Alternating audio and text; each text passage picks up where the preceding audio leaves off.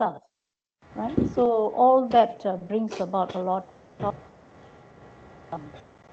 what you call richness, right? Engagement to the text.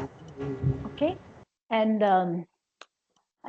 literature is also seen as a platform, very strong platform for critical thinking, because it can trigger, right, what you are going to, perceive out of it. All right, it triggers, and thoughts may flow in.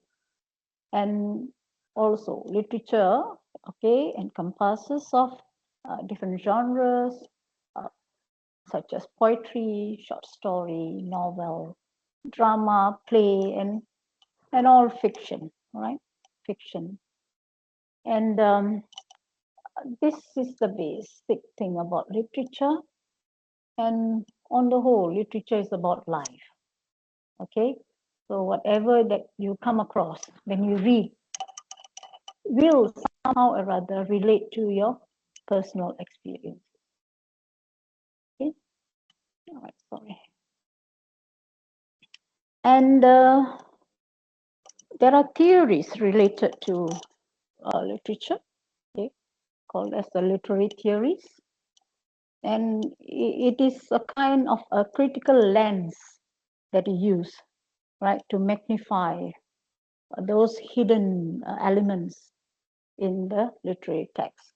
So some of the literary theories, some of it like Marxist criticism, new criticism, psychoanalytic criticism, historical, post-colonial, and colonial for the matter, right? Yeah, colonial and post-colonial, gender, right?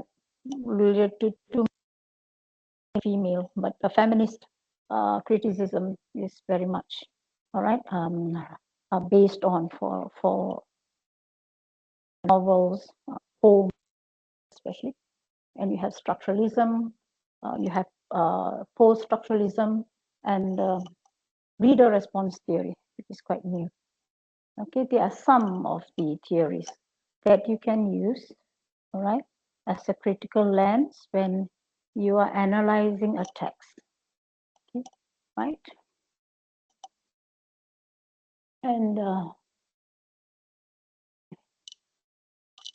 you have literary devices, right? When you talk about analyzing a text, literary text, you use tools, all right, literary devices as tools of language that conveys meaning. And some of the examples, for example, diction. Okay, diction is related to the choice of words that has been used by the writer. Okay, and you have, for example, symbol. Okay, a symbol, it actually refers to an object or an action which represents more than what it means. Okay, supposing a flower, right?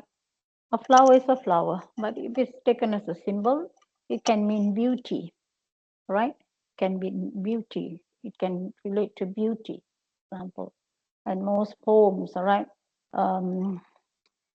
uses the flower, okay, a rose, okay, to intensify the beauty of a woman, okay, for example. And you have like tools like imagery, okay, right?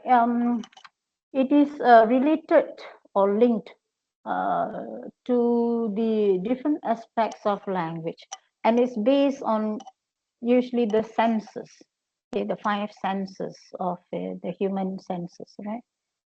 For example, sight, okay, that you can see an image, or you can smell, okay, or taste, touch, that you can hear, right? The kind of description given in the text, right, that relates to this sensual imagery. Okay, and another popular one, simile, a comparison, right? A comparison as big as an elephant, right? Comparison. Okay? and hyperbole, another one, hyperbole, which talks about exaggeration. Okay? So the choice of words, okay, of what you call the choice of the words that is being used, all right, portray such image, right, or feelings, okay, and to intensify a meaning, right? And you have alliteration, right? Repetition of the consonant, right? For example, pen and pencil, right? There's alliteration of the consonant P, right? And metaphor is also a comparison without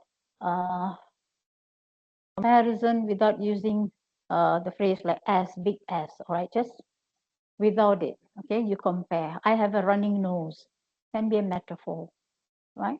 So these are the tools that, you know, are usually used, right, to convey meaning, okay? And literary analysis, when you come to literary analysis, okay, it is similar to like unpacking a box. You see, when you unpack a box, you'll find all the things that coming out one by one. Okay, you remove it to see. So I feel that, you know, it is quite similar to unpacking a box or a bag or a suitcase for the matter. So in a literary text, you are going to unpack bits and pieces there, right? Parts of it. So the process of examining a literary work much in depth, right? To interpret it thoroughly, right? So examining the work, right? What it has in it, right? And you're going to interpret it thoroughly. Okay, interpreting is your personal view. Okay, what you perceive it to be. Okay, your personal interpretation. And as for me, I find that, you know, it is like decoding. The coding was done by the writer, the author. He writes, and as a reader, all right, we decode it. We decode the literary text. It could differ from one to the other, right? Decoding. It depends how you can look at it, the various points. Okay? So I personally feel it is decoding the literary text. And also a close reading of the text. Of course, when you have the critical lens, you're getting closer, right? Even the punctuation, the commas and the full stops, right? All this, for example, does give an impact on the reading, on the analysis. So it is also the examination and evaluation of a literary text. You're examining it, so using a literary lens for the matter, magnifying lens. And after examining, you can give the evaluation of the text. You can say, oh, it's a good one, a good piece of, right? A good piece of work. Okay, right? So you can highlight the different areas or aspects that has captured, right, your eyes. Okay, so it is a deep dive. You're diving into the literary text, deep into. So it can take days for you to analyze. We are going, you know, line by line, scrutinizing it. Okay? So it is of a critical appreciation. Okay, right. So why do we carry out a literary analysis? Okay, what is the need for that? So it is a detailed argument of the author's work. You are highlighting details in that, right? Okay, and you are going to give your point of view, an argument of the author's work. Okay, from your personal perspective, your judgment, right? Your interpretation, it will differ from one person to the other.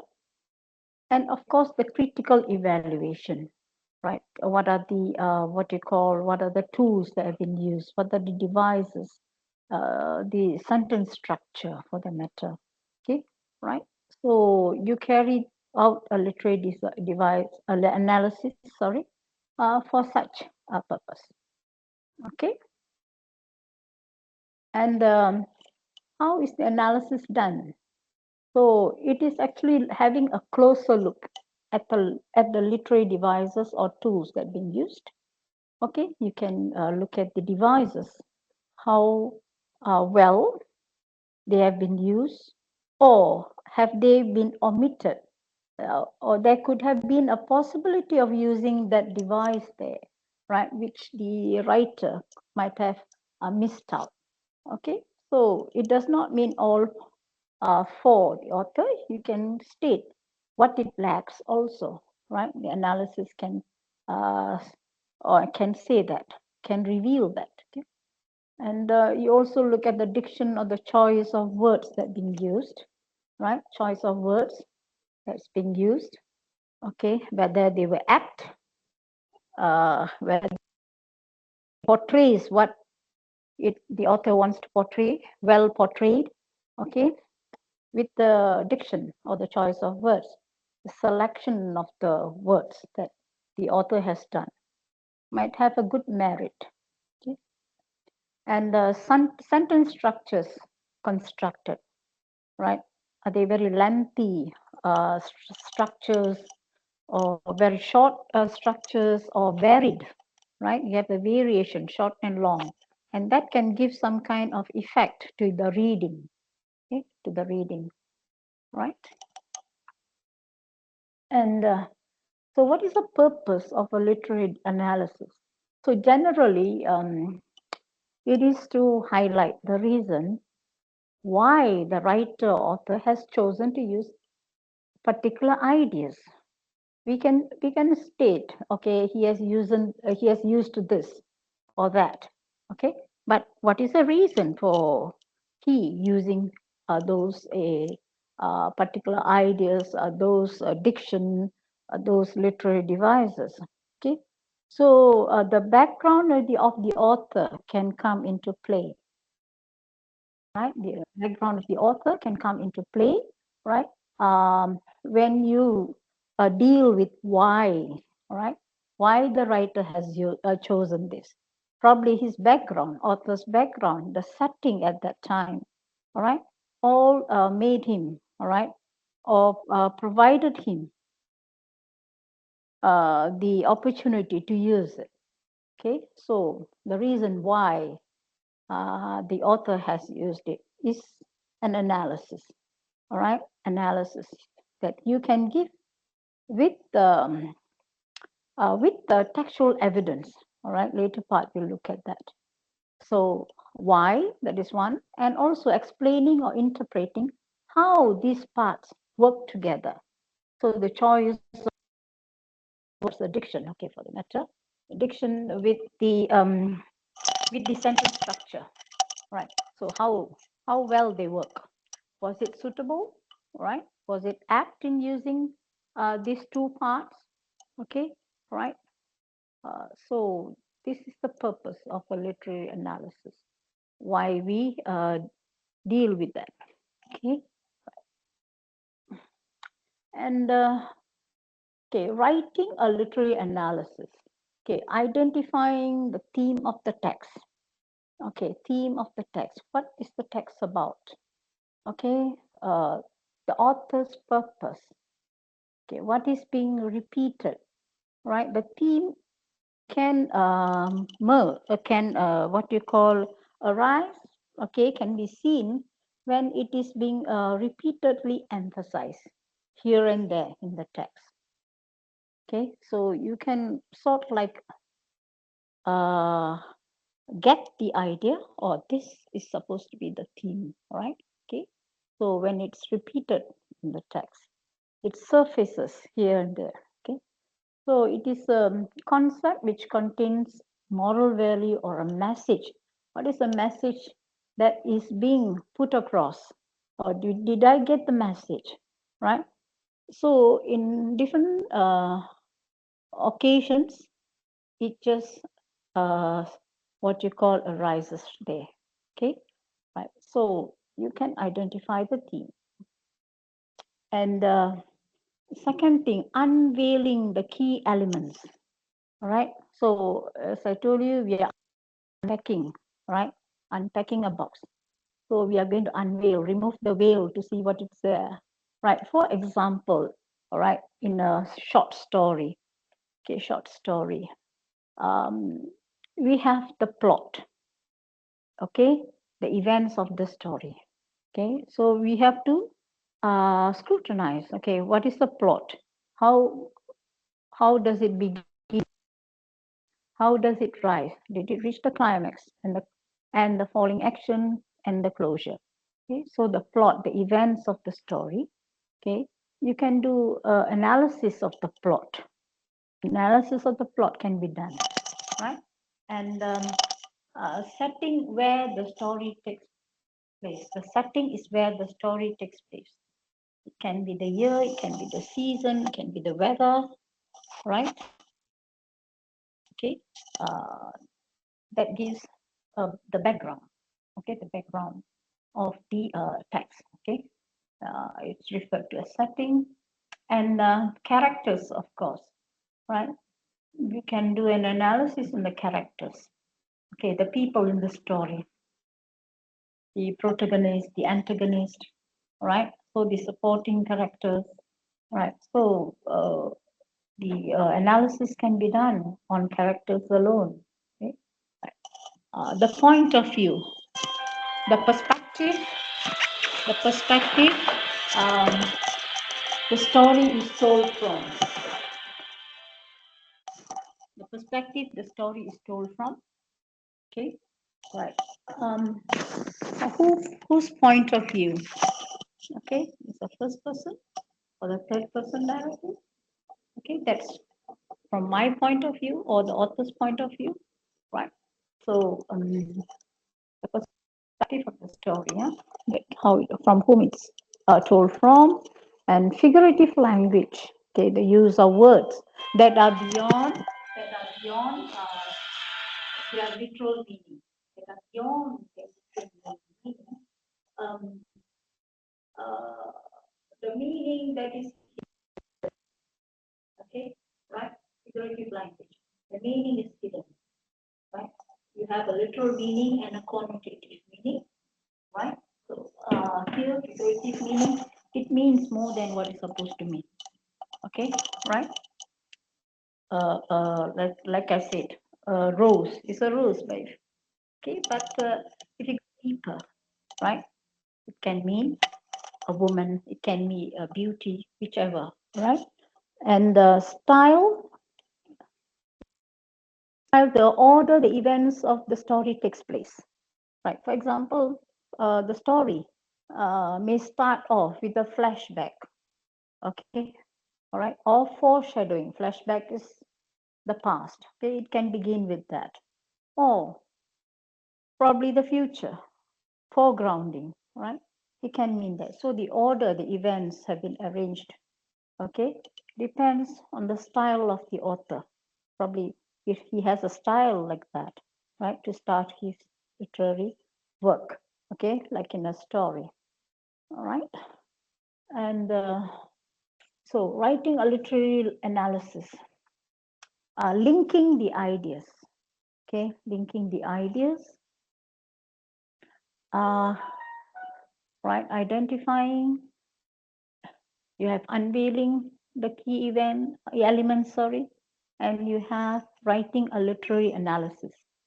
So linking the ideas, okay, you're going to link the theme and the key element to gear towards the explanation of your focus, okay. You're going to write on an analysis, probably on the plot, right? So so what is the theme of the text, okay, and what are the elements that has been used? So you're going to link this theme and the elements. Are they what you call appropriately or aptly linked, right? So you can zoom into that, right? You can do an analysis on that, right? Linking the idea, the theme and the key elements, which are geared, okay, towards the explanation of what you're going to focus your writing. Okay, right. Next, the process in writing a literary analysis. Okay, the process in writing a literary analysis, right? You need a close reading of the literary text repeatedly, right? Repeatedly, meaning you have to read the text again and again, a close reading in order, right? In order to make the correct, okay, interpretation, okay, correct interpretation. So concentrate on the ideas presented. So you need to concentrate what are the ideas. Probably you would have missed out in your first reading. So that is why you have to have a close reading of the text quite often, repeatedly. Okay, and identify what is being highlighted. Okay, unique and interesting. Okay, what is so unique in the text? Okay, you need to identify what is interesting, right? Because you're seeing from your point of view, your perspective, your interpretation. Okay, so close reading is very much necessary. And you also have a listing down topics. Right? When you read a text, that you want to find a topic that you want to write on. Okay, so what are the possible topics that can be utilized here? Okay, right. So you highlight significant lines or paragraphs, okay, or paragraphs in the text, okay, or paragraphs in the text that are possible or potential, or I would say potential analysis, close analysis that will give, a good what you call interpretation. Okay, right? So you highlight the significant lines that catches your eyes, okay, or paragraphs. Okay, this can be, this can be the one that can trigger, okay, the interpretation, okay, that can trigger your interpretation to a much deeper level, okay, to a much deeper level. So you have to keep in mind of the aspects of the text that you are interested in. So when you're reading also, all right, you also jot down the topics that can be possibly used as the topic, right? So you have to keep in mind the aspects of the text, okay? Different aspect, what theme it is talking about, okay? What theme has been embedded there, right? A lot of weaving is in the text. So you need to unweave it to see what's there, right? Hidden, okay? So the topic that you want to choose should reflect your interpretation of the author's message.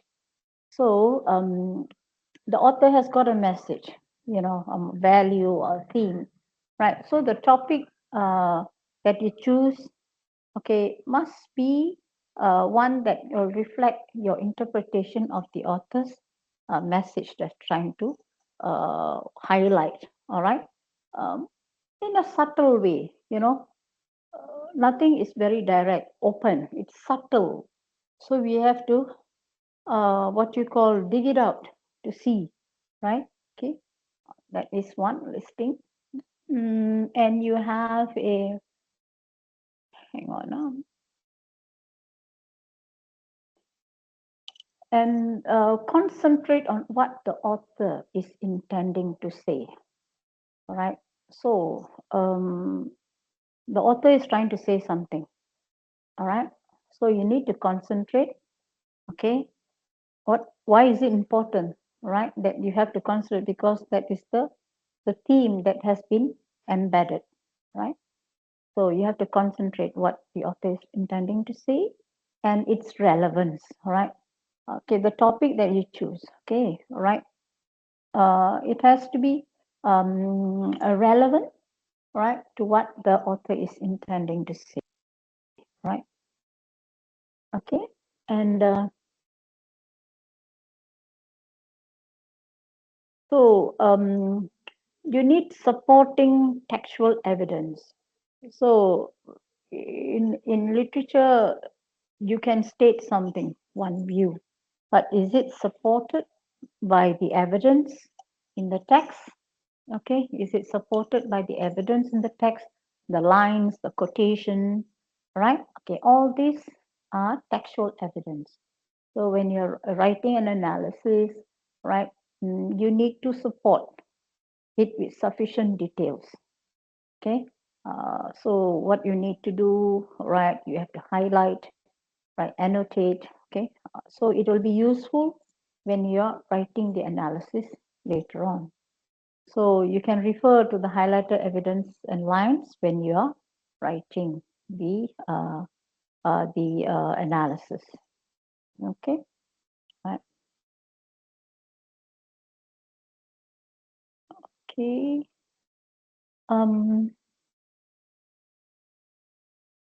Right. 4 and here 5.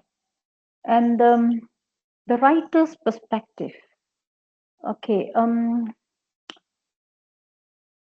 From the writer's point of view, okay, a writer's perspective should indicate a strong statement of the thesis, right?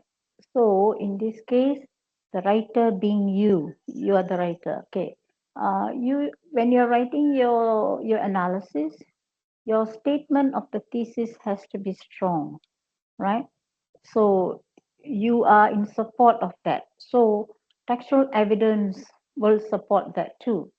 So it is a writer's opinion which could pave way for a debate, right? So your opinion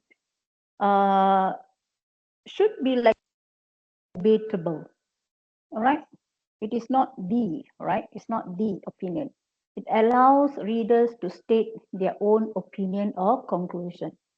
So it's open, right? Open for debates, meaning criticism, right? Criticism of the text, of the essay or the analysis, right?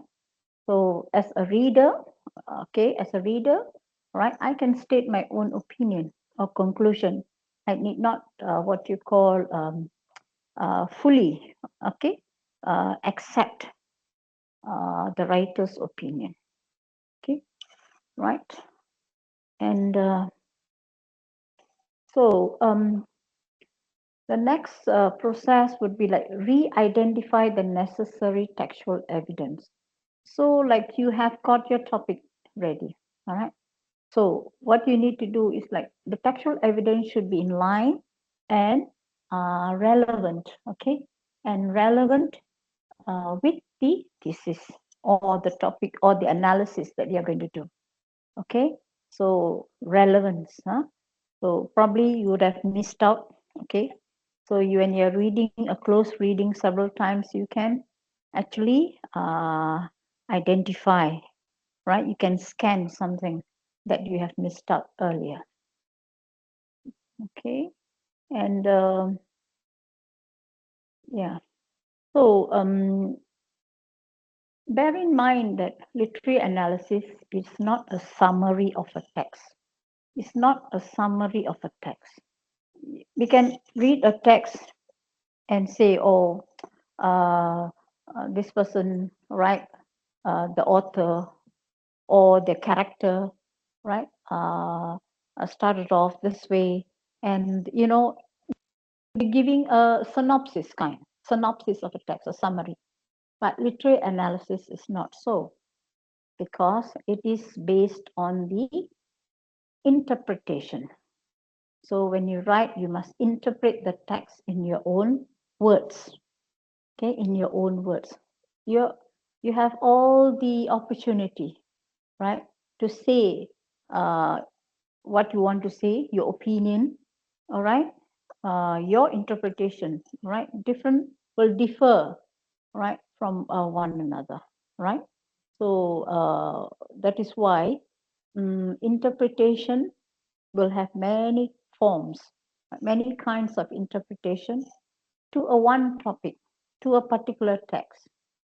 Okay, so what point of view you want to see it from a post-colonial theory, you can use that, right?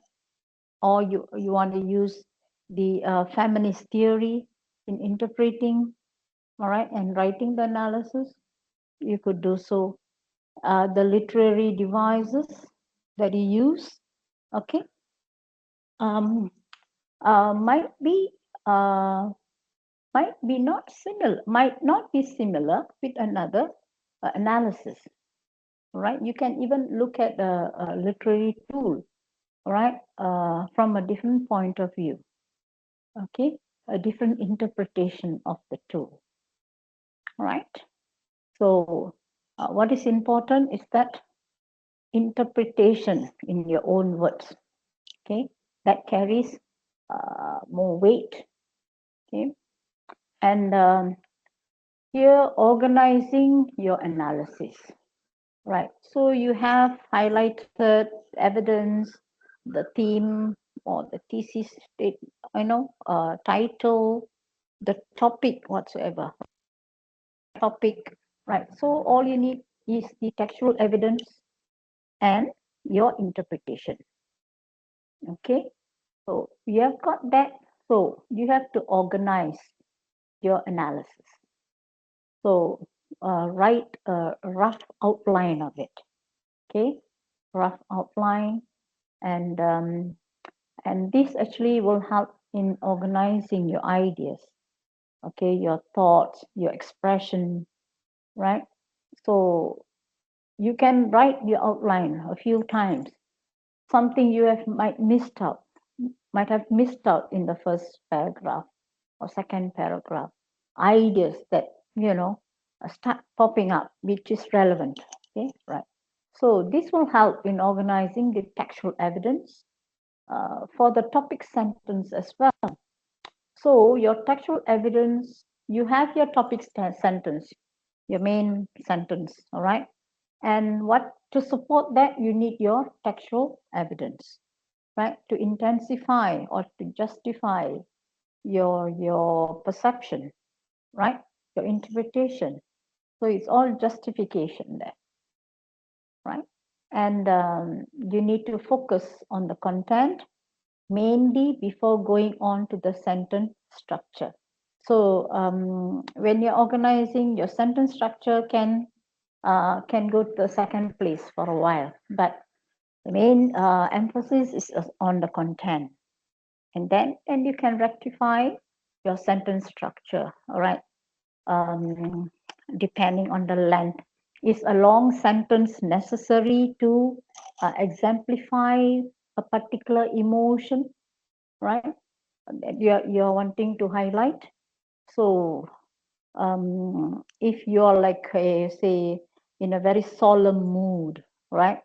So usually your sentences will be a bit long, right? So if you're very happy, oh, I was so happy, right? So short sentences are short. So it is actually portraying your feelings, your emotion.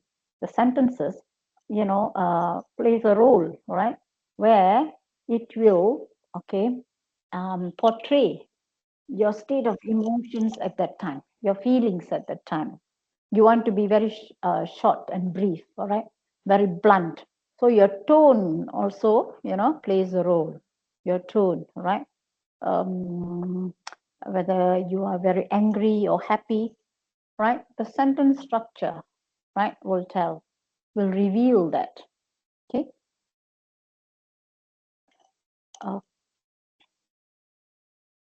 So you have to do a checklist, right? Checklist, the clarity of thesis in the initial paragraph.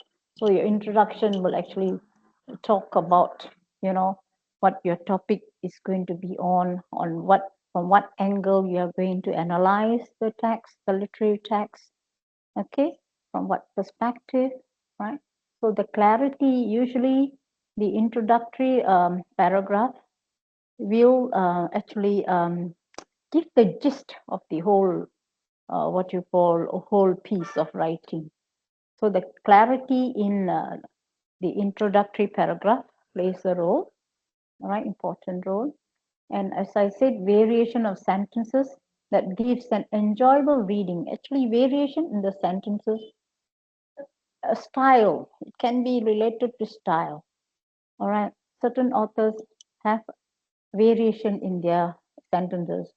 Some might not. They'll have long, lengthy sentences. Some are short. Okay, but whatever it is, variation of sentences actually gives an enjoyable reading. Okay, it makes reading much more enjoyable. And in addition to expression or portrayal of emotion. And of course, the organization of paragraphs goes in terms of, importance. All right, the main points, the main element that you want to highlight. So you reorganize, okay, and of course, spelling, punctuation, tenses, right, all plays a role, and especially punctuation, right? You have a lot of commas here and there, right? Exclamation mark, all these reveals emotion, okay, emotion. So when you're analyzing, you can see the punctuation marks, so the question marks, a lot of question marks. A rhetoric, you can start with a rhetoric question, right? Probably the text starts with that. So what is the purpose, right? And tenses also, present, past, and future tense, right? So of course it's a flashback, okay? Tenses, all right, present and the past, okay, future, all this will be taken into account. And identify unsupported points, analysis, and insert textual evidence or remove it. So probably you have a point stated there, right, in the analysis, but it's unsupported, okay, unsupported. Probably you have to refer to the main text, all right, to get the textual evidence in order to justify that point. And you have to insert it, or if you can't, you're unsure, right, you're not able to locate it, then you have to like remove it, right? That will be the best thing to do. Okay, right. And of course, proofreading. Okay, the process in writing a literary analysis, the last one will be proofreading. So proofread for a number of times to look out for errors. Okay, that's the purpose here, right? Proofread a number of times to look out for errors, so rectify. You can double check with the help of another person, meaning you can get somebody to listen to your analysis, okay, or you can get someone to read your analysis and you here listen to it, and you can rectify any mistakes that you want to rectify. Okay, so you can have, now when we look at different genres in literature, right, what I talked about is room 6, room 6, room 6. She is in room 6. No, meeting. Okay, all right, so excuse me. All right, so we can talk about, short story, poem, novel, play, etc. Right. So you can, for example, if you take the play, A Raisin in the Sun. Okay, very popular play. All right, set in America, Chicago. Right. So it talks about discrimination and all that. Okay, in that. Okay, and if you look at the play, right, you can take various aspects that you want to highlight, okay? Or racial discrimination or assimilation, right? Right, all these kind of themes are there. So, of course, the play, you will have the plot, of course, the plot, right? And the what you call rising actions and the climax and the falling action, the anticlimax and the closing, okay? So story, a novel, a play will have these features, okay? But when you come to poetry, right? When you come to poetry, okay, when you're doing the analysis, the title will play an important role, right? Analysis of the title, right? It gives a lot of what you call interpretation. Even novels, of course, short stories, the title, right, plays an important role in the interpretation. And of course, in a poem, you have the structure, the stanzas, okay, right? Is it a sonnet or whatsoever, okay, right? And the rhyming scheme, a lot of what you call literary devices, right? I found in poems, right? And what effect does it give, right? So if you look deeper into poems, you can identify a lot of literary devices. I'm not saying that, you know, novels and short story doesn't have, they do, right? But since poems usually, you know, of a Shakespearean sonnet or what, so 14 lines, right? They are much shorter than a short story or novels or a play for the matter. So when you zoom into it, you can see it so clearly. Okay, you can see. For novels and all, you need a longer time period to cover. So it could be spread. It could be spread, the use of these literary devices in this genre. And of course, the literary theories, right, that are used, okay, very much can be highlighted in story, short story, novels, etc. Okay, right? So whatever it is the interpretation. Your interpretation leads to your analysis, right? I look at this, okay, I interpret this to be this. Okay, so you take your lens and you look at it much deeper, right? How it has enhanced, all right, the meaning, okay, of the literary text, right? So reading the text over and over again, right, is the main thing that you need to do, okay, in identifying the theme, okay, the content, the message, the theories that are hidden. A theory is usually based on a theory, usually the literary devices that have been used, right? A closer look, a close reading, okay, leads to a good analysis, literary analysis. Okay, right. So, yes, I think I've touched, you know, on some basic elements of literary analysis, right? And question and answer. Any one of you, you can share your views, right? You can share your views here.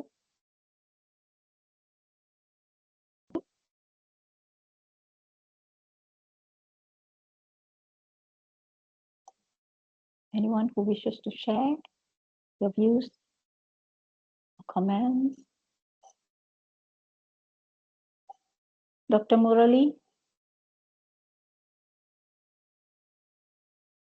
Thank you for the session, Doctor. It was very insightful. I have one question for you. Yes. Like when you compare to the Marxist kind of Criticism. criticism and like the modern type of criticism, like what are the differences that you think like when you think about latest literature? Yeah, when you talk about Marxist, focus on the social standing, right?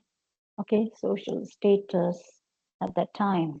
Okay, during the Marxist era, but compared to now, it is very open.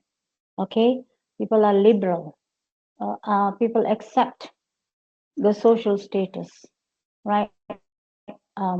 Which was the benchmark for Marxists, right? When you compare to modern writings, you can find that liberal, being very liberal is there, right? That is the key difference that I can say, right? What was the era then in Marxist? Okay, more towards inequality, right? In terms of the social standing, all right? But at present, modern writings, it's more towards being liberal, okay, being liberal, I feel, right? That is my answer. Is that okay? Yes, but at the same time, we can still use those kind of criticisms to identify Yes, the yes, plights. Like, for example, like in Sri yes. Lanka, people are going through quite a lot of hardship. And Yeah, yeah, yeah. I see the same things that were happening in those times in Germany or Yes, Russia yes, repeats yes, itself. yes. But uh, if you want to compare, Sri Lankan setting at this point, mm, it is, yeah, it's due to political reasons. Do you agree with that? Yeah, yes. Yes, due to political, but people are moving away. The world is moving away from that, right? It was just a rebounds back in your situation there, right? True. Where yeah, people are vocal nowadays. Yes or no? Yeah, Oh, that very is correct. vocal. Yes, Yeah, very outspoken, and they're very vocal. So, that's correct. but you did a good job, right? By voicing out, didn't you? Right. Right? So, In your Sri Lanka, yeah. Yes, yes. when you think about like Marxist criticism, like you You, don't see them, right? yeah, you actually like you can compare then and there when you're doing a writing and analysis, you can do a comparison. What was the reason then? What was the reason now? Right? Okay, you can compare the difference setting at that time and now, but there was a revert due to power, right? Due to power, yes or not? It's all power. Yes, Yeah, political power. So it does make a comeback here, at times, right? So it did in Sri Lanka, like you are quoting, right? yeah. Yeah. So you can make a comparison. How was it? Was it an easy challenge then during Marxist? What about now? If you compare in Sri Lanka, it was tough, but you're able to get over it fast, right? That's correct. Yes. A period of time. Yeah. Okay. Okay. Thank you. Thank you. Yeah. Any other question? Anything that you want to add or you want to share? No?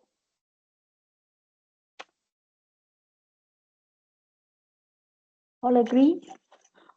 Are you all okay with my presentation?